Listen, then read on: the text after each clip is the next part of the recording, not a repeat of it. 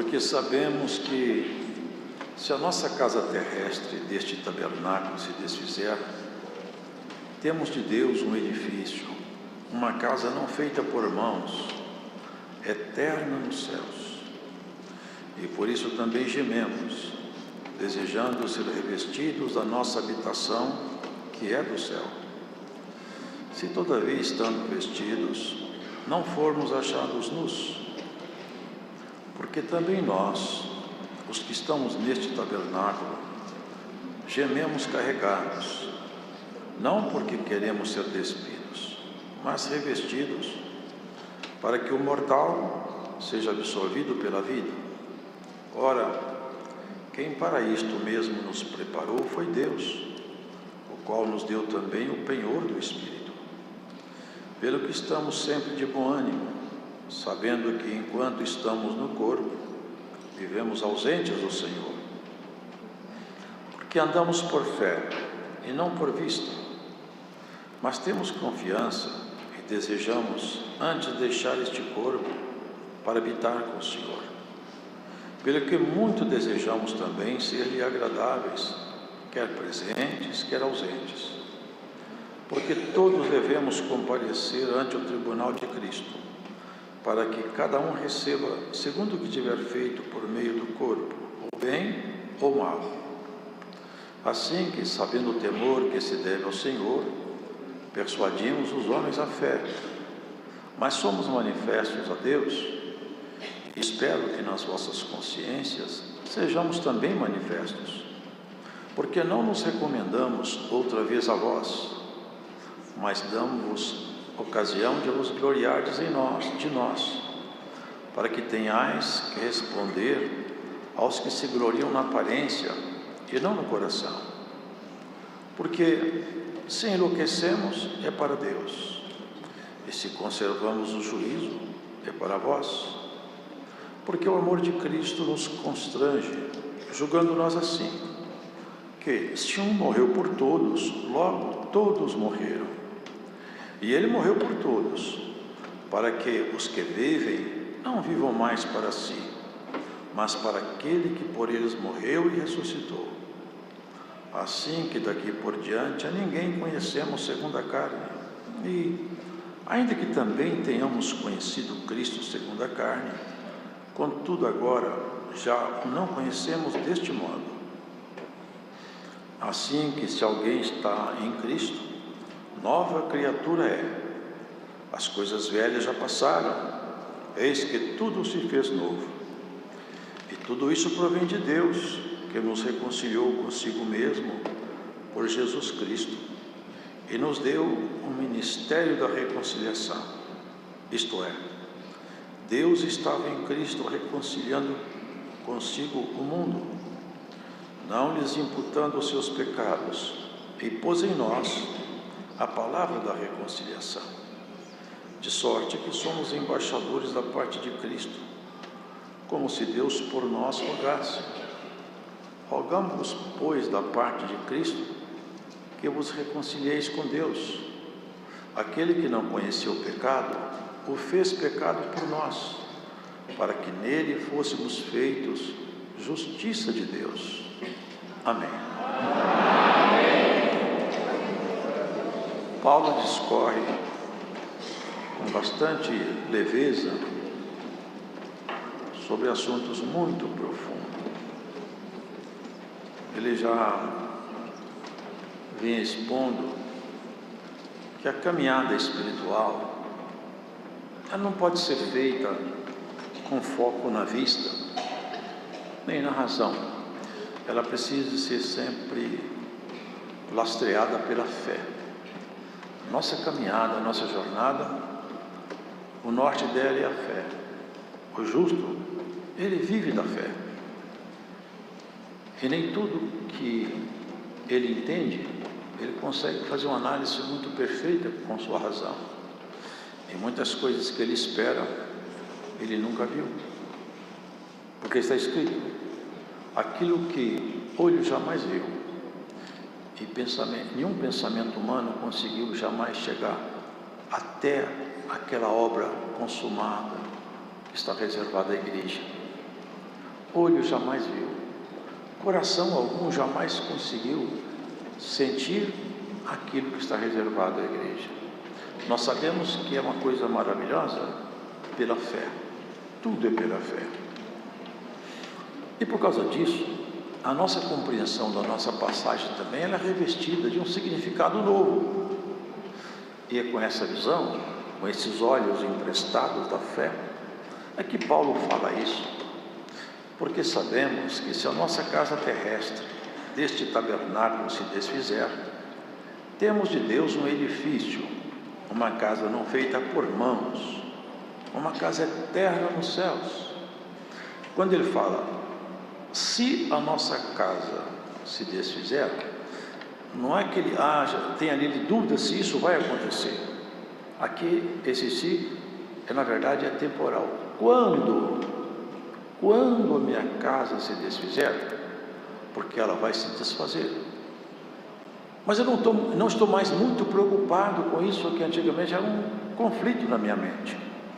Ele está dizendo na morte, vocês entendem? Quando a minha casa se desfizer, quando eu morrer, eu já não tenho mais aflição com essa compreensão.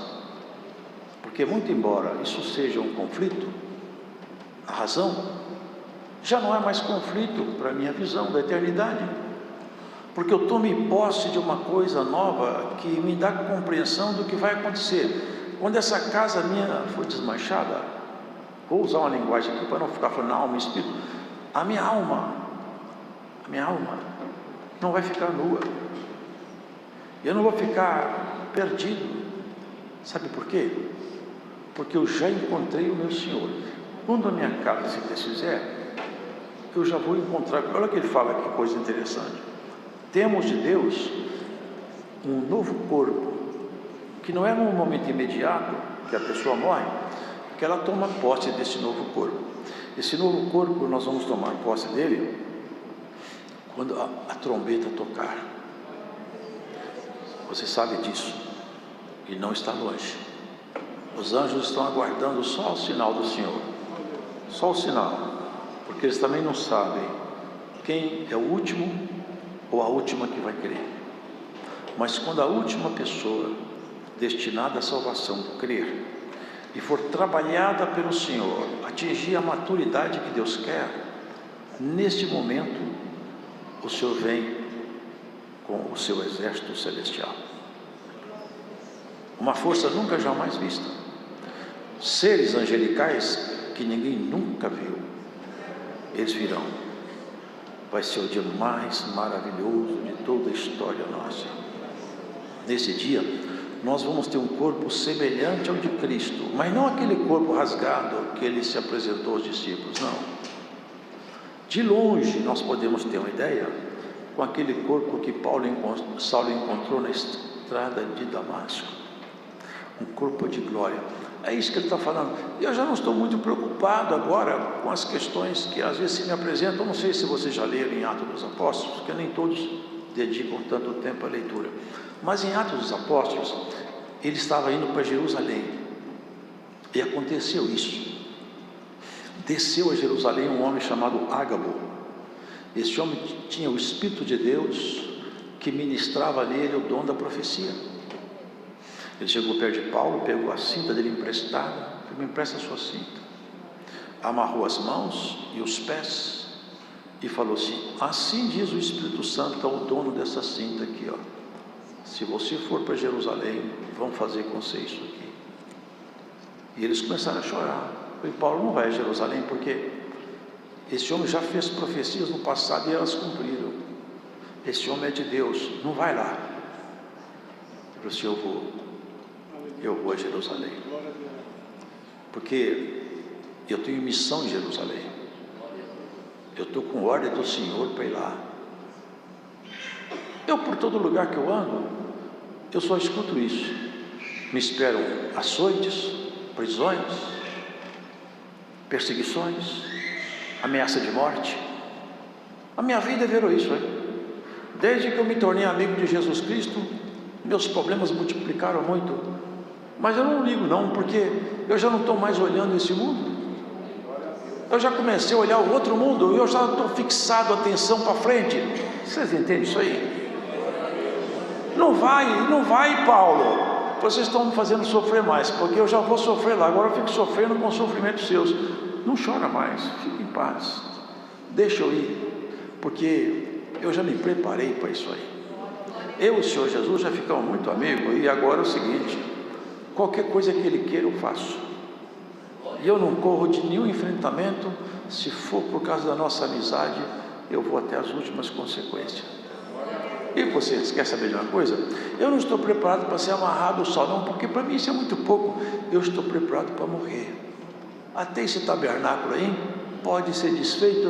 E tem mais uma coisa: se derribar esse tabernáculo, eu guardo comigo um segredo. Aleluia, Jesus. Quando eu morrer, é isso que ele falava, sabe o que vai acontecer comigo? Eu vou encontrar com o meu Senhor. Dá para eu ficar com medo? Dá para eu correr dos enfrentamentos sabendo disso que eu sei? Eu já não estou com o olho aqui mais, meu olho já enxerga mais longe. Quanto mais alta a pessoa está, mais longe a sua vista alcança. Por isso que tem torre de vigia. Vocês já leram? Tinha as torres em cima dos muros, os muros eram altos, e tinha a torre, porque o vigia olhava de longe, ele via lá, levantou uma poeira ali embaixo, tem um grupo de cavaleiros vindo, já tocava a trombeta, os olhos iam mais longe, porque estava alto. E quanto mais alto está o coração do crente, mais longe ele enxerga. E Paulo enxergava Jerusalém. E você enxerga o quê? Seus problemas, suas dificuldades, seus anseios, seus grandes sonhos? Ou você consegue enxergar um pouco mais alto e saber que a nossa vocação é vocação sublime? Nós não fomos chamados para fazer parte de um grupo religioso, para receber carteira de membro. Não, nós somos chamados para uma coisa muito alta. Ainda que muitos batalhem contra nós, uma força se levantando contra nós, não adianta, esse povo é povo de Deus. O Espírito de Deus está aqui e ministra conhecimento, verdade, doutrina, dons, virtude. E quem pode parar o povo que Deus mandou andar? Balaão até tentou, ele até tentou, mas toda vez que ele abria a boca em maldição, a boca dele se abria em bênção, porque ninguém amaldiçoa aquele que Deus abençoou. Essa é a nossa sorte. Meu tabernáculo, ainda que essa minha casa desse tabernáculo desfizer, eu já tenho de Deus uma casa. Ele vai mais longe, mais ousadamente, um edifício. Vocês lembram essa linguagem que o Senhor Jesus falou? Eles não entenderam na hora, depois entenderam, porque eles estavam mostrando o templo, 47 anos ou 43, não me lembro, que gastou para construir aquelas pedras monumentais. As pedras do templo estão lá hoje, no entorno do Muro das Lamentações, são pedras enormes. E quando eles olharam aquele templo, estavam maravilhados. Mas veja, Senhor, olha que obra. O Senhor, observando que estavam maravilhados com o templo de Jerusalém, resolveu falar de outro templo. Derribai esse templo, em 3 dias eu o reedificarei. Não é possível. Gastamos tantos anos para edificar esse templo, o Senhor vai reedificar em 3 dias? Ele não falava do templo de Jerusalém, ele falava do seu templo. Agora eu vou entrar no reino da morte, e vou fazer uma coisa que nunca ninguém jamais fez.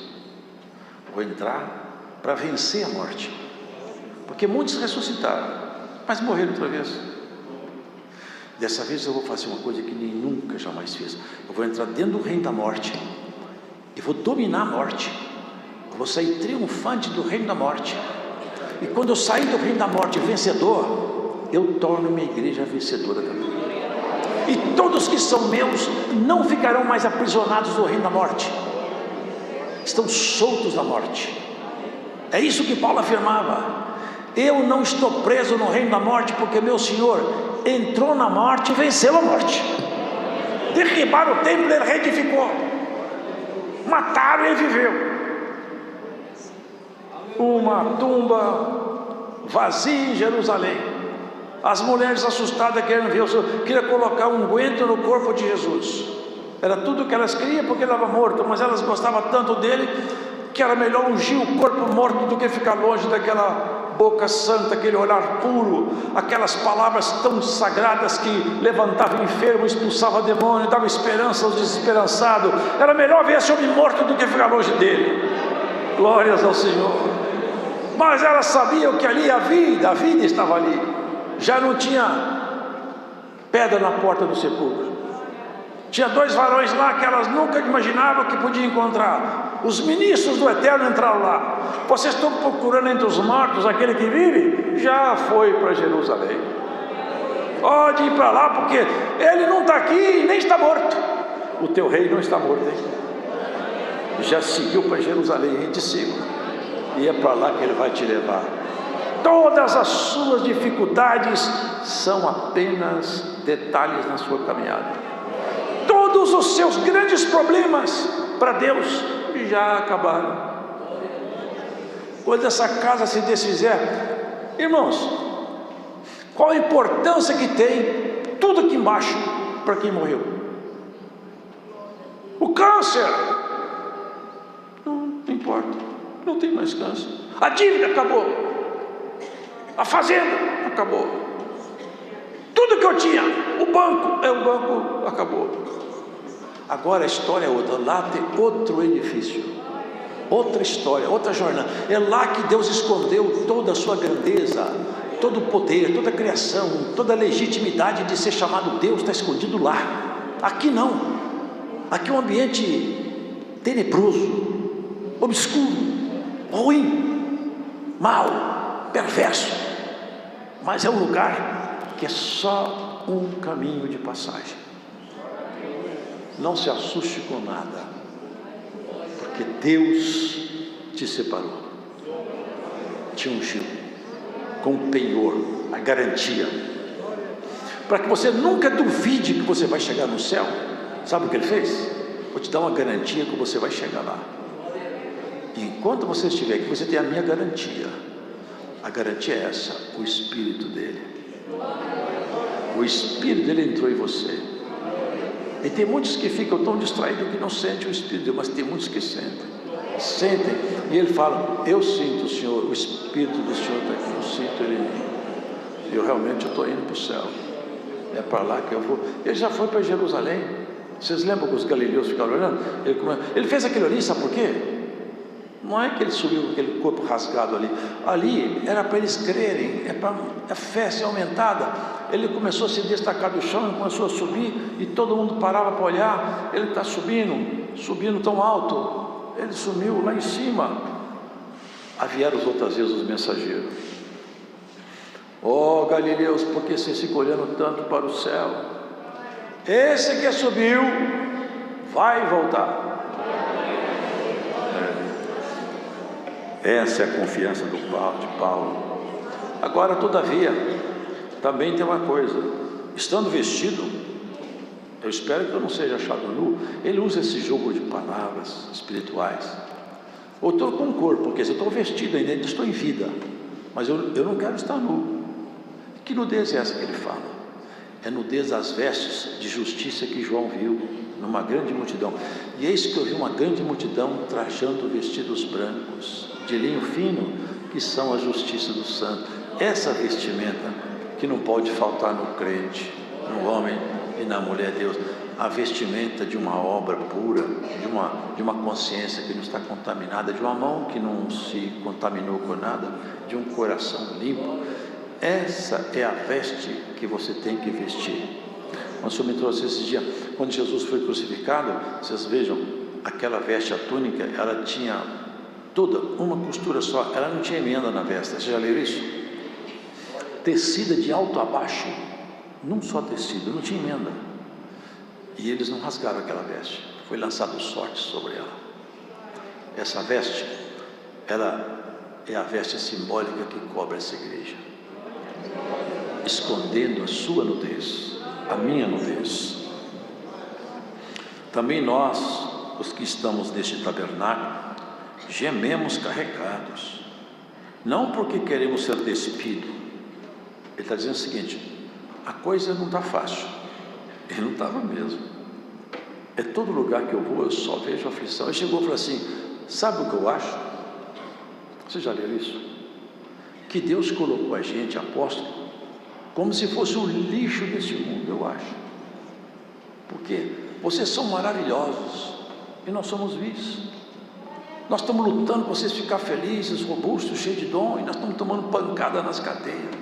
Nossos companheiros levantam contra nós, o sacerdote, os escribas, os fariseus, meus companheiros do passado, eles querem me ver morto. Nas cidades que ele entrava, vocês lembram que ele entrou lá em Éfeso? Demétrios, que fazia umas imagens do templo de Ártemis, Diana dos Efésios, e ele foi lá, chamou os artífices e falou assim: olha, esse homem aí, ele é uma peste. Ele está falando que nossas deusas não são deuses. Deus michuruca que o ser humano faz com a mão. Paulo falava, isso não são deuses. E eles ficaram bravos, vai acabar nosso comércio. Vejam então o coração daquele povo. Não tinha nada com Deus, não tinha nada com santidade, era só comércio. Esse homem é uma peste. E levantaram um alvoroço tão grande que ele só não morreu porque tiraram ele. Outra ocasião eles queriam bater e prender seus amigos. E ele falou assim: eu vou lá me apresentar lá. Eu falei: não vai não, Paulo, eu vou. Só não foi porque eles não deixaram. Sabe por quê? Ele sabia, eu já tenho um edifício pronto. Se esse edifício aqui desfizer, eu já tenho outro. Quem investe tudo aqui embaixo, investiu no banco errado. O banco vai quebrar.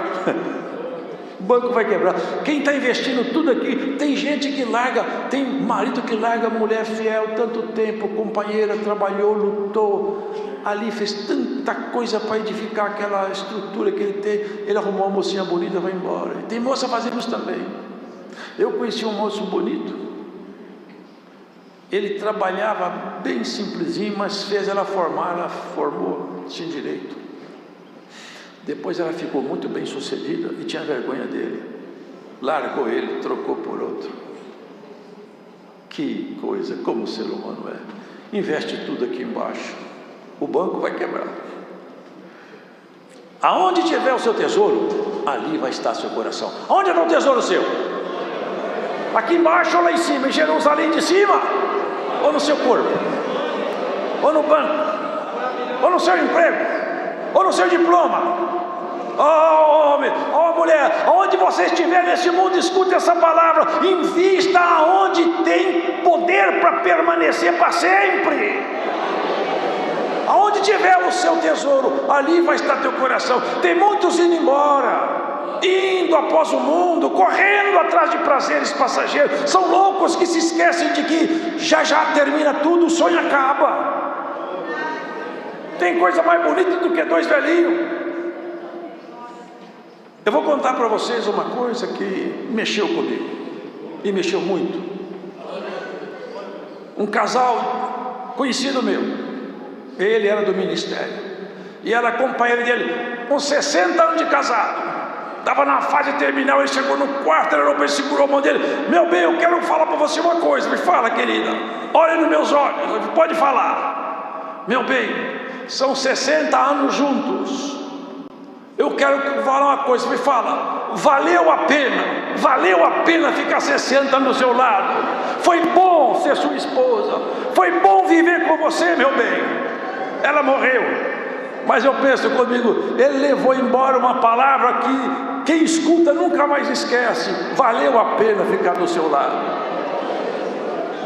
Oh homem, oh mulher, luta por valores eternos. Saia dessa corrida deslocada do mundo. As pessoas estão loucas, o rei desse mundo está louco. Ele já foi destituído lá de cima, já perdeu as asas, já foi cortado, ele já perdeu tudo que ele tinha. Ele quer perder aqueles que estão aí, vai se levantando contra um, contra outro, e os homens não percebem que estão na mão de um querubim maldito. Jesus Cristo te pega nessa palavra hoje. Ele vai levantar você das alturas da sua carnalidade, você vai chegar lá na frente. E se essa casa sua se desfizer, como que fica? Se desfizer hoje, não está bom. Eu era moço e não era crente. Eu não vou contar aqui porque também a hora passou. Mas eu tive uma visão de Deus. eu vi o céu abrindo. E aquele dia eu percebi uma coisa que todos vão perceber. Isso me fez procurar Deus, hein? Eu percebi que quando o Senhor Jesus apresentasse ali, eu ia diretamente para o inferno. Eu tinha certeza, e ninguém falou comigo nada. Quando eu percebi que o céu começava a abrir, apresentou-se diante de mim a minha história. Eu falei, eu estou condenado. Eu gritava, meu Deus, é o juízo final, mas eu não estou preparado. Deus me deu uma chance. Deus te dá uma chance nessa pregação hoje também. Vá se preparar para o juízo final. Vá se preparar para encontrar com teu Criador. Vai procurar uma casa construída nos ambientes eternos, um corpo de glória, um nome imemorável, uma história que não pode ser rabiscada mais, não pode ser apagada. Quantas pessoas lutam por ter nome famoso? Mas os famosos, eu lembro de um grande famoso no meu tempo de moço, hein? Ele falou que ele era mais famoso que Jesus Cristo. Me lembro de uma frase dele que falou, as disciplinas de Jesus são muito simples, daqui a uns dias essa doutrina acaba. Morreu assassinado por um fã. Irmãos, os ídolos desse mundo são de barro. O nosso rei é eterno, o seu Redentor vive. Ele entrou na morte e venceu a morte por você. E você não está refém da morte mais, nem da morte física e nem da morte espiritual. Essa que corrompe os bons costumes e leva a pessoa à prática do pecado, é como se deliciasse no prazer, sem perceber que depois, ao final, é como alguém que bebe um cálice assim. Ele bebe e parece bom, só que quando terminar de beber, ele vai morder como uma serpente, porque o pecado tem isso. Depois ele morde como uma serpente. O cálice do Senhor é assim, ó, ele dá umas amargadas na boca, amarga o coração, depois a boca fica doce. À medida que o coração vai ficando amargo, a boca fica doce. Você já leu o João falando? Eu comi esse livrinho aí, e olha, ele amargou meu ventre, mas depois que comi, minha boca ficou tão doce. É a palavra de Deus. A gente passa umas provas porque é crente, mas daqui a pouco você tem palavra na boca que só quem conheceu Jesus Cristo pode falar. Quem é que pode fazer uma oração e saber que Deus está escutando a oração? Quem pode? Só aqueles que conheceram o Senhor.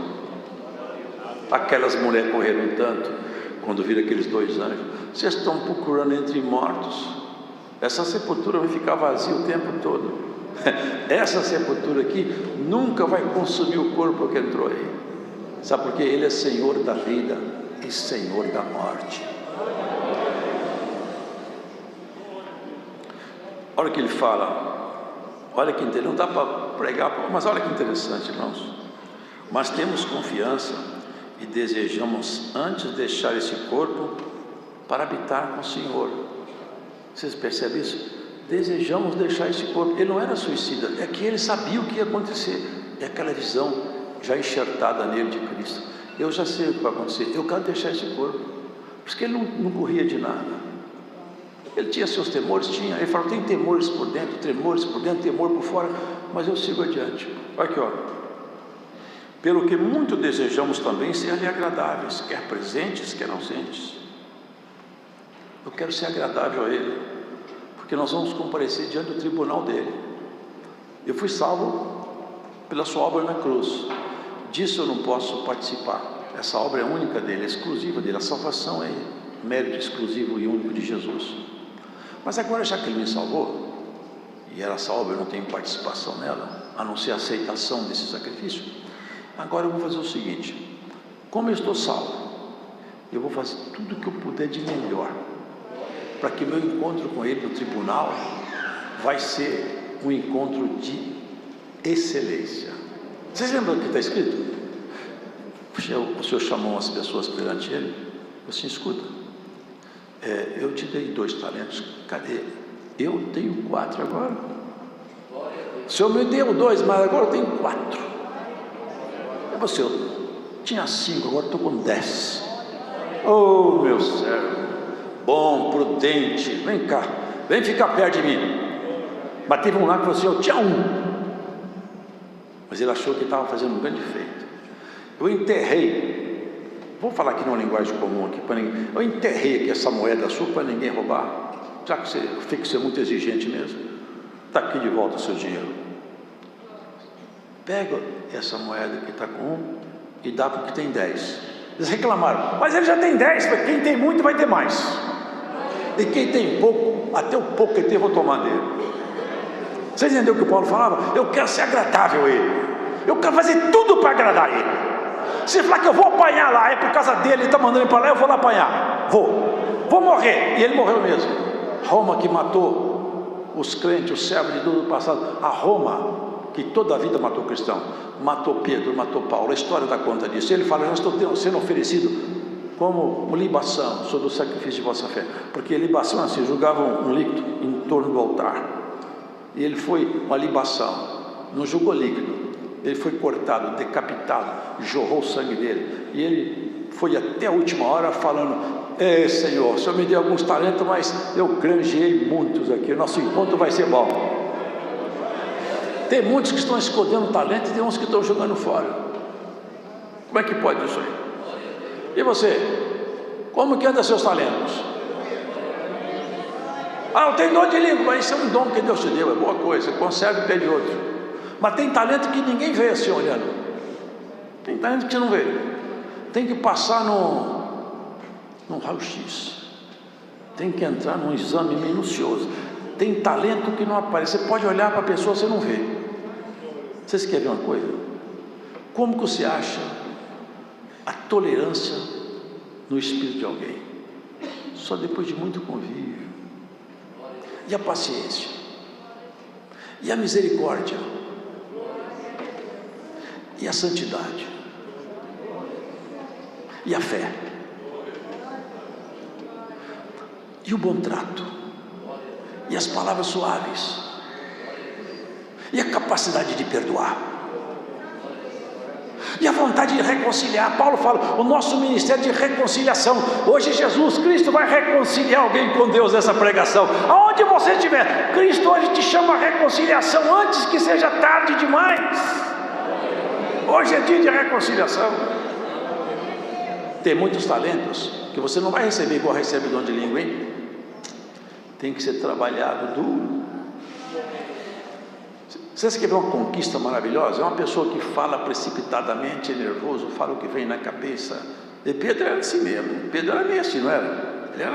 Ele era um homem sanguíneo. Vocês lembram? Ele pegou a espada, tacou no olho do sumo sacerdote. Com ele a coisa era assim, era de chofre. Era de uma hora para outra, ele resolvia tudo. Mas ele ficou bem diferente. O homem que governa sua boca, seus lábios, sabe o que é governar a boca? É não falar tudo que vem na boca, é ter um freio, um controle. O Espírito já assume a natureza sua humana, já governa ela. O homem que governa a sua boca, ele é mais excelente do que aquele que conquista uma cidade inteira. A pessoa que é capaz de controlar seu gênio, já pensou uma pessoa nervosa, de repente, ela chega no final da vida, está calma. O que foi? De tanto andar com Jesus Cristo, eu peguei o jeito dele. Agora eu fiquei calmo. Essa virtude eu não tinha não, mas eu tenho agora porque eu fiquei perto dele. Quem é mentiroso e fala a verdade depois? Tem muita coisa, irmãos, que você não vai receber como... Tem dom que é assim, uma comparação, né? Vocês lembram de Pentecostes, né? Desceu como línguas de fogo, caiu sobre as pessoas. Essa é uma dádiva assim, tem outras não. Você vai lutar por elas, vai batalhar por elas, vai chorar por elas, vai levantar de madrugada por elas. Eu quero, Senhor, eu vi o jeito daquela irmã, eu vi o jeito daquele irmão, me deu vontade de ser igual a ele. Deu vontade. Eu vi o jeito que aquela irmã respondeu numa afronta. Eu nunca consegui fazer isso, mas a partir de hoje eu quero imitar essa irmã aí. Paulo imitou tanto o Senhor Jesus, tanto, que depois ele falou, vocês querem saber de uma coisa? Vocês podem me imitar também. que eu ando imitando o Senhor Jesus em tudo que Ele fez. Assim as virtudes do Senhor vão ser ministradas em você. Deus estava em Cristo reconciliando o mundo consigo mesmo. Deus estava em Cristo, você entende isso? É o Deus Filho. O Verbo se fez carne e habitou entre nós. Emanuel, Deus conosco. Ele foi embora para o céu, mas enviou o Espírito Santo. Agora não ficamos sozinhos mais. Aonde nós estamos, o Espírito Santo está conosco. Se sua casa desfizer, você já tem outra. E o encontro tem que ser bom. Temos que preparar para os bons encontros. Batalha, esforça. Faça as suas obras denunciar a sua natureza. Tiago falou: você tem fé? Eu te desafio. Um desafio muito interessante ele fez. Você fala que tem fé. Eu também tenho. E vou te provar minha fé pelas obras que eu faço. Dá uma olhada na minha vida, investigue a minha história. Você vai perceber que a minha conduta revela que eu tenho fé. Se investigar a sua história, revela que você tem fé. Nos negócios seus, dá para ser investigado? Se pegar seu celular, dá para dar uma investigada nele, ver se você tem fé? Irmão, quem tem fé, as obras gritam atrás dele. Eu tenho fé, as obras saem atrás gritando. Eu sou uma pessoa de fé, as obras gritam. As palavras comovem, mas os exemplos arrastam. Quem tem fé tem que ter obras. Não tem contradição em alguma nisso. Nós somos salvos pelas obras? Não, nós somos salvos exclusivamente pela fé. Mas a fé legítima provoca obras, porque se não provocar, é fé morta, e fé morta não salva ninguém. Deus seja louvado.